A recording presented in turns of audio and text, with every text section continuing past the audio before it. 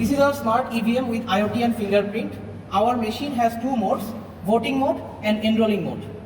First we will demonstrate the enroll mode using the enroll button. We press the enroll button. Now the machine is asking us for new fingerprint ID number. We can adjust the ID number from 1 to 50 by pressing these two buttons. This is the up button, this is the down button. If we press the up button, the number increases by 1, and if we press the down button, the number decreases by 1. Suppose we want to save a new fingerprint for ID 2. So we press the green, that is the OK button. Now the fingerprint scanner starts scanning. We press our finger once, we remove our finger, and then we place the same finger again. The machine shows that it has saved it as ID. We will demonstrate the voting procedure of the machine. The voting is carried out by these 4 buttons, the vote button and the 3 candidate button. After pressing the vote button, we will select our favorite candidate, and after selecting the candidate, we will have a time window of 3 seconds to confirm our vote by pressing the vote button again. If within the 3 second timer we are not able to press the confirm button, then we will be able to vote again and the current vote will be cancelled. We will start. The machine is asking for fingerprint. The machine has matched fingerprint with the previously enrolled number 2 ID. Now I will press a vote for candidate 2. The machine is asking for confirmation within 3 seconds.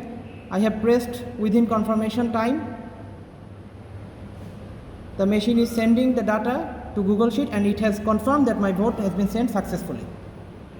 As a vote has been successfully casted in candidate 2, we can see the vote has been published to our Google Sheet in real time at 5:40 am. If the same person come again to vote, this smart EVM will detect him and show his ID as a duplicate voter, and the machine will be locked and will not let him to vote. Suppose a person wants to vote candidate 1 but he mistakenly voted for candidate 2. Then he will have to wait for 3 seconds and he will have to again scan his fingerprint and vote for candidate 1 as he wished previously.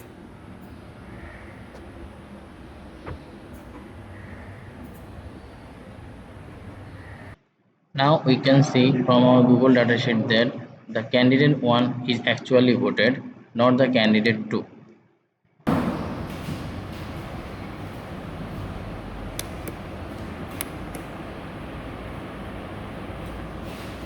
If the machine loses internet connectivity during voting, the vote will not be sent to Google Sheet.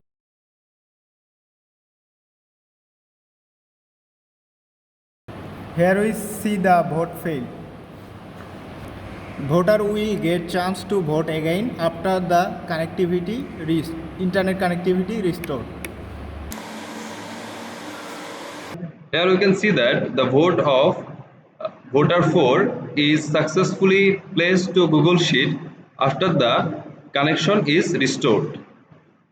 This Google spreadsheet data is then fed into a public website, and this public website will show the total vote and the vote received by each candidate, but it will not show the timestamp and other sensitive information. Our machine has 2 alternate power sources. One is DC power source and the other is the backup LiPo battery source. If the power failure happen and the DC battery source is disconnected, then the backup battery will be connected.